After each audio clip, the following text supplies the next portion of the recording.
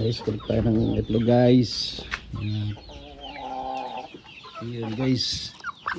Tara, kuha ko ng itlog. Ayan guys, so isa lang. So minsan isa lang. Baka naman pag isa. So isa natin. Ito na yung lock. Tayo doon sa kabila.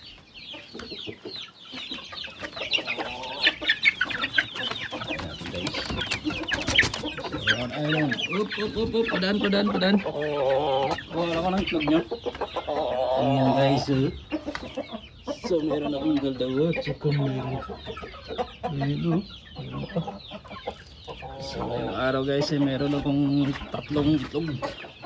Thank you sa itlog nyo. Ha? Itlog pa kayo ha? Salamat.